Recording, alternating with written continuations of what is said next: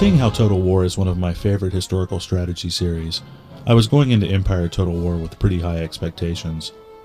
Creative Assembly's series has always had a flavor for great historical battles and absorbing campaigns, and Empire Total War is no different. There are a few rough spots in the game, but overall Total War is an amazing success. In case you're not familiar with these games, Total War is a fusion of civilization-style overworld empire management and large-scale real-time battles. So one moment you're setting up and governing local policy, and another moment you're leading the charge as the battlefield commander. Empire takes the series to the battlegrounds of the 18th century. As you've undoubtedly seen already, the presentation is fantastic. There's a new Road to Independence campaign that will ease you back into the game. It has more limited, scripted objectives so you can get a handle on the basic concepts. The storytelling in these sequences is excellent, and there's really an emotional link to directing the birth of the nation. Tonight, we fight for freedom. The Grand Campaign is much wider in scope, and in it you'll get a chance to lead one of the main European powers of the 18th century. Each nation has its own unique starting situation and victory conditions.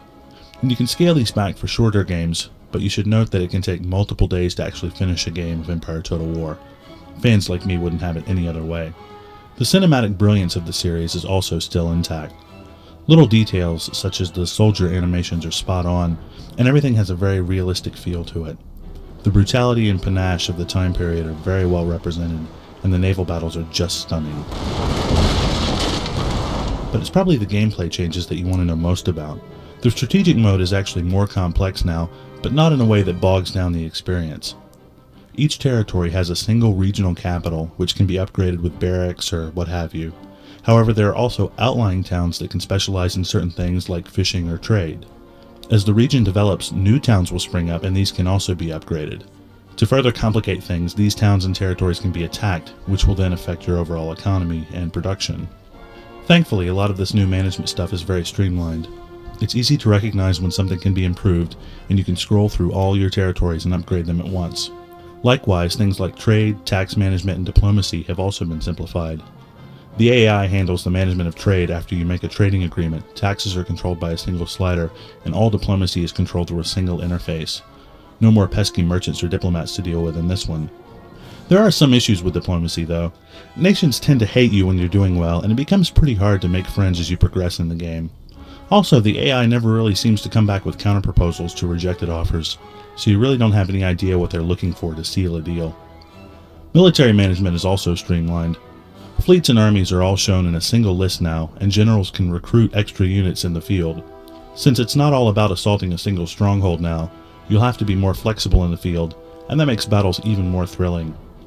Formation control is also much better, although it doesn't quite know how to deal with complex variations of the terrain. The full naval battles are among the more publicized of the new additions, and they are awesome. Not only are they visually stunning, but the gameplay is very engaging as well. You have to take things such as wind and position very seriously, and the outcome of these naval battles will greatly affect the progress of your campaign. Unfortunately, the formations and pathfinding of the ships aren't all that reliable, and the system can sometimes break down completely. Empire Total War isn't just a refinement of the series.